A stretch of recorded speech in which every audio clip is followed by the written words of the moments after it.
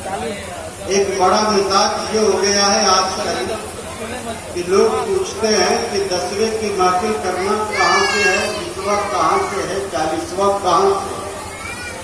دلیل ڈھونڈتے ہیں کہ یہ بتائیے 40واں کے بارے میں آیا قرآن کریم کے اندر ہے، احادیث کریمہ میں ہے۔ میں آپ کو بتا دوں کچھ لوگوں کی عادت ہوتی ہے بات بات پر ریفرنس کھوجنے کی، سمجھ گئے؟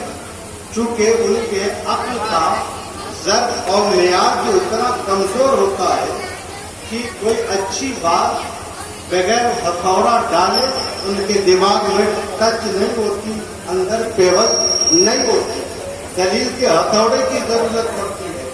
حضرات محترم، میں آپ کو اس موقع پر بتا دوں، آج جو اس محفل ہے علماء کرام کا یہ قافلہ ہے، آپ دیکھ لگتا محسوس ہوتا ہے کہ ایک عظیم الشان اجلاس ہے، عظیم الشان کانفرنس کا انعقاد ہے۔ اور جانتے ہیں یہ مرحوم کی علم دوستی علماء نوازی کی جو جھلک تھی وہ کہیں نہ کہیں آج دیکھنے کو مل رہی ہے کہ وہ اپنی پوری زندگی علماء سے انہوں نے بڑا ربط و ضبط رکھا اور علم سے پیار کیا، علم سے محبت کی ہے۔ حضرات محترم، آج علماء کا ایک عظیم قافلہ، ورنہ اتنے علماء کو اکٹھا کرنے کے لیے تیرہ ڈبیا تیل کا یہ تو بھائی مرحوم کی سعادت مندی ہے اور ان کے صاحبزادگان اور ہمارے بھائیوں کی اور ہمارے جمال ماما صاحب، یہ ان حضرات کی محبت کے ایک عظیم الشان قافلہ جو ہے علماء کرام کا یہاں پر موجود ہے۔ حضرات محترم، میں آپ کو ایک بات بتاتا ہوں، آج دلیل کی بات ہوتی ہے، کچھ لوگ یہ علماء سے محبت کرتے تھے، علم سے محبت کرتے تھے، اور جو اللہ والوں سے محبت کرے، علم سے محبت کرے، یقین جانے نہ وہ دنیا میں نامراد ہوتا ہے، نہ قبر کی تاریخ کوٹری میں نامراد ہوتا ہے، نہ ہی وہ آخرت میں نامراد ہوتا ہے۔ شرط یہ ہے کہ وہ اللہ والوں سے سچی محبت کرے، اللہ والوں سے سچی آستھا اور عقیدت رکھے۔ میں آپ کو ایک روایت سناتا ہوں، آپ کا ایمان تازہ ہو جائے گا۔